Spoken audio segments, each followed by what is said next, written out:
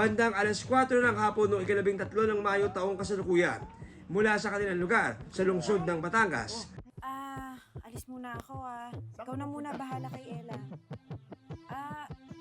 Pupunta muna ako kay Sally. Dedelehin siya akong panghapunan natin. Ella, kang TikTok ng TikTok. Paano ka magdodoktor niyan kung sayaw ka ng sayaw? Umalis sa puntang kabilang bayan ang ina na si Bibeth. Di niya tunay na pangalan. Kaya, ano na ako? Ingat ka. Sige. Pero nung araw na ako'y wala ho din talagang nasa kapatid ko ako, nakuha ng bigas. San Pascual. Yan. Ayun.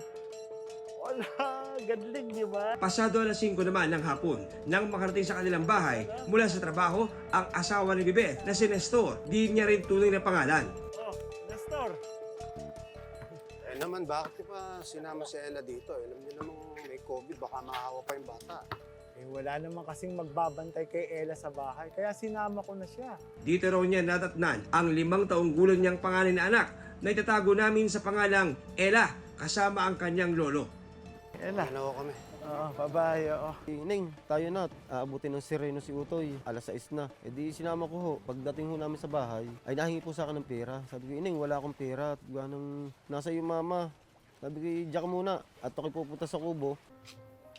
Chang. Andiyan pala kayo eh. Sabi ni tatay wala daw kayo dito. Kararating ko lang. Kumuha ko ng labada kay Mrs. Reyes. Chang, kayo na po muna bahala kay Ella ha. Papahinga lang ako sa kubo. Ella, halika nga rito. Tulungan mo muna ako sa mga labada. Paghiwalay mo yung puti sa dikolor, ha? Samahan mo na ang Chang mo dyan ha. Sige ho, Chang.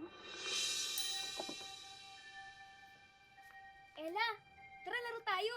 Hep, hep. Di pwede. Sige na po, Chang Dulor. Diyan lang kami sa labas. Diyan lang sa tapat, ha? Apa. Matapos ang ilang sandali, nagpaalam si Ella sa tiyahin na maglalaro siya sa labas ng kanilang bahay.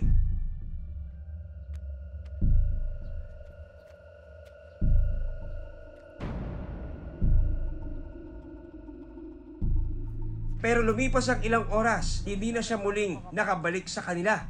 Ras daw kasi sabi ni Mrs. Reyes, kailangan matuyo bukas. Ganun ba? Nasan si Ella? Kasama ng kalaro. Wala ba dyan sa tapat? Wala! Sige, pupunta ako si Nestor ha. Tatanong ko. Naglahong parang bula ang batang 5 taong gulang sa barangay Wawa, lungsod ng Batangas. Puspusan siyang hinarap pero bigo silang makita ang paslit. Nestor! Nestor anak, gising! Gising, samahan mo ko. Bakit ho? Si Ella nawawala. Hanapin natin. Oh, oo. Agad nagtulong-tulong ang mga residente at kaanak ni Ella sa paghahanap sa kanya. May nakita pa kayong bata na ganito kalaki? Ito yung itsura ho. Alas 9 ng gabi nang makauwi sa kanila, dito na bumungad kay Bibeth ang masamang balitang nawawala ang anak na si Ella. Ano nangyayari dito? Nawawala si Ella eh.